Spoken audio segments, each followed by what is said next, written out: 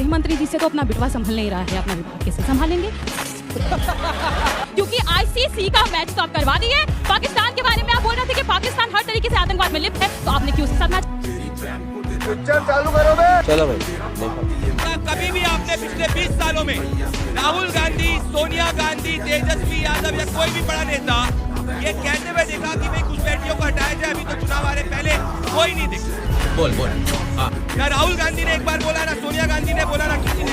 क्योंकि ये घुसपैठियों का संरक्षण करते हो, मैं आपको प्रूव करना चाहूँ। हाँ बेटा। तो ऐसा क्यों होता है? विपक्ष का एक भी नेता घुसपैठियों के खिलाफ एक भी स्पीच में नहीं बोलता, क्योंकि ये पीछे से घुसपैठियों को प्रोटेक्ट करते हैं। आपकी औकात बता रहा हूँ सर, बुरा नहीं मानना सर। अमित शाह जी देश के गृह मंत्री हैं। मुझे लगता है कि पहली बार ऐसे इस देश में हो रहा है कि गृह मंत्री खुद ढोल पीट रहे हैं कि हम इनकॉम्पिटेंट हैं। दूसरी सबसे इम्पोर्टेंट बात है कि गृह मंत्री तरह मैच कराने के साथ साथ उनका बेटा अनुराग ठाकुर, शाहिद अफरीदी सब साथ में मैच एंजॉय करते नजर आते हैं। कहे घुसपैठिया बोलते।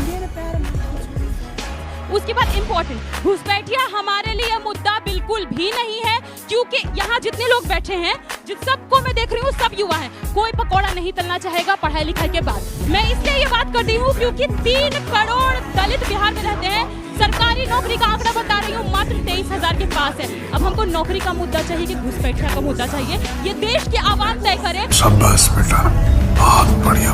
मैं विपक्षियों से ये कहना चाहूंगा, भाई आप नेता तो आयात करते ही हैं, अब आप लोगों ने वोटर को भी आयात करना प्रारंभ कर दिया है।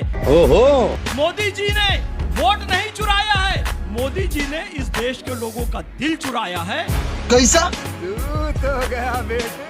कि 20 साल एक पार्टी ने सरकार चलाई और 11 साल से केंद्र की सरकार है, और उसके बाद भी घुसपैठिया अगर मुद्दा है तो दोनों सरकारें अपने आप को बेनकाब कर रही हैं। अभी मजा आएगा ना भिड़ो।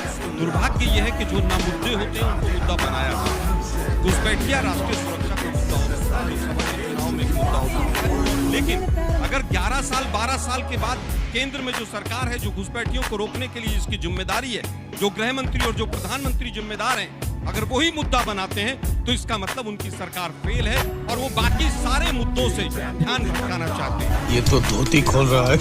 मुद्दा है शिक्षा का, पलायन का, भ्रष्टाचार का, 70 करोड़ के भ्रष्टाचार जो सीएजी ने उजागर किया है, वोट चोरी का, महिला सुरक्षा का। पटना और दिल्ली सबसे ज्यादा असुरक्षित है महिलाओं के लिए।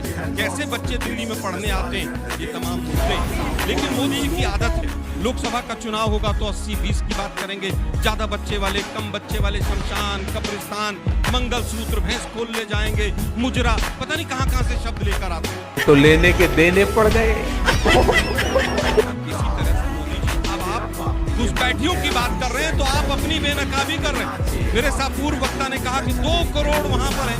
आज तक एक ही आकलन हुआ है और उसमें केवल आसाम में हुआ है कि 17 लाख वहां पर बांग्लादेशी पाए गए। जितना भी आप कोई भी आंकड़ा उठा कर देख लीजिए, 2013 के बाद 14 के बाद आपको कोई भी ऑथेंटिक आंकड़ा नहीं मिलेगा। 11 साल 12 साल के बाद आपको डेमोग्राफिक शिफ्ट की बात याद आती है। वेस्ट बंगाल आएगा तो घुसपैठिया मुद्दा, झारखंड आएगा तो मुद्दा, आसाम आएगा तो मुद्दा, दिल्ली आएगा तो मुद्दा। अब बिहार का चुनाव तो सारे घुसपैठिए बिहार में चले गए।